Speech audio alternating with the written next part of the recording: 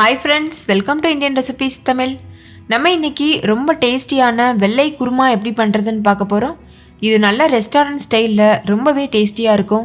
சப்பாத்தி, தோசை, இட்லி, அதுக்கு அப்புறமா பூரி கூடலாம் வச்சு சாப்பிட பக்காவான காம்பினேஷனா இருக்கும். சாதத்துக்கும் நீங்க வச்சு சாப்பிடலாம், ரொம்பவே சூப்பரா இருக்கும். ஃபர்ஸ்ட் இந்த ரெசிபி பண்றதுக்கு ஒரு மிக்ஸி ஜார் எடுத்துக்கோங்க. அதுல 1/4 கப் அளவுக்கு தேங்காய் சேர்த்துக்கோங்க. நான் சின்ன சின்னதாக கட் பண்ணி வச்சிருக்கேன், அது சேர்த்துருக்கேன். அதாவது அரை மூடி தேங்காயிலையுமே பாதி தான் நான் சேர்த்துருக்கேன். இப்போ இது கூட 1/2 டீஸ்பூன் அளவு பெருஞ்சீரகம் அதாவது சோம்பு சேர்த்துக்கோங்க. கூடவே 3 சின்ன சைஸ் பச்சை மிளகாய் சேர்த்துக்கோங்க. 2 டேபிள் ஸ்பூன் அளவு நிலக்கடலை பருப்பு சேர்த்துக்கோங்க. நீங்கள் நிலக்கடலைக்கு பதிலாக முந்திரி பருப்பு கூட சேர்க்கலாம். சேர்த்துட்டு 1 டீஸ்பூன் அளவுக்கு கசகசா சேர்த்துக்கோங்க. கசகசா கண்டிப்பாக சேர்க்கணும். இப்போ தேவையான அளவு தண்ணி சேர்த்துட்டு ஃபைனான பேஸ்ட் பதத்துக்கு அரைச்சி எடுத்துக்கோங்க. இப்போ பாருங்கள், இந்த அளவுக்கு நல்ல தண்ணியாக அரைச்சி எடுத்துக்கோங்க. இப்போ இது ஒரு ஓரமாக இருக்கட்டும். இப்போ ஒரு குக்கரில் எண்ணெய் சேர்த்துக்கோங்க. நான் 2 டேபிள் ஸ்பூன் கடலெண்ணெய் சேர்த்துருக்கேன். நீங்கள் யூஸ் பண்ணுற குக்கிங் ஆயில் எது வேணாலும் யூஸ் பண்ணலாம். எண்ணெய் சூடானதுக்கப்புறமா 1 பட்டை, 2 லவங்கம், 1 கருப்பு ஏலக்காய், 2 பச்சை ஏலக்காய் சேர்த்துக்கோங்க.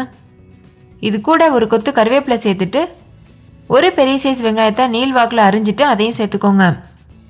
வெங்காயம் சின்ன சைஸாக இருந்ததுன்னா 2 வெங்காயம் சேர்த்துக்கோங்க. சேர்த்துட்டு உப்பு சேர்த்துட்டு நல்லா இதை வதக்கிக்கோங்க. உப்பு சேர்க்கும் போது வெங்காயம் சீக்கிரமாகவே வதங்கிடும். இப்போ இது ஓரளவு நல்லாவே வதங்கிருச்சு. இப்போ இதில் 1 டீஸ்பூன் அளவு இஞ்சி பூண்டு விழுது சேர்த்துக்கோங்க. சேர்த்துட்டு இதையும் நல்லா வதக்கிக்கோங்க. இஞ்சி பூண்டோட பச்சை வாசனை போகணும், அது வரைக்கும் நல்லா வதக்கிக்கோங்க. இப்போ இதில் காய்கறிகள் சேர்க்கணும். நான் ஒரு சின்ன சைஸ் காலிஃப்ளவரை சின்ன சின்னதாக கட் பண்ணிவிட்டு அதை சுடு தண்ணியில் 5 நிமிஷம் போட்டு வச்சுருந்தேன், அதை சேர்த்துருக்கேன். 2 சின்ன சைஸ் கேரட், அதையும் பொடியாக அரிஞ்சிட்டு சேர்த்துருக்கேன். கூடவே 2 சின்ன சைஸ் உருளைக்கிழங்கு, அதையும் தோல் நீக்கிட்டு அரிஞ்சிட்டு சேர்த்துருக்கேன். இது கூடவே ஃப்ரெஷ்ஷான பச்சை பட்டாணி ஒரு 1/4 கப் அளவுக்கு சேர்த்துக்கோங்க. நீங்கள் உங்களுக்கு விருப்பமான எந்த காய்கறி வேணாலும் சேர்க்கலாம், அதாவது பீன்ஸ், குடமிளகா அந்த மாதிரி.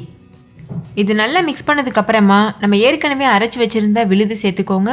இது கூடவே தேவையான அளவு தண்ணியும் சேர்த்துக்கோங்க. நான் மிக்ஸி ஜாரில் கொஞ்சமாக தண்ணி சேர்த்து அலசிட்டு சேர்த்துருக்கேன். இப்போ இதை நல்லா மிக்ஸ் பண்ணிக்கோங்க. இந்த ஸ்டேஜில் உப்பு தேவையான்னு பார்த்துட்டு கொஞ்சமாக சேர்த்துக்கோங்க. இப்போ இதை குக்கர் மூடி போட்டு மூடிட்டு ஹை ஃப்ளேமில் வச்சு 2 விசில் வச்சு எடுத்துக்கோங்க.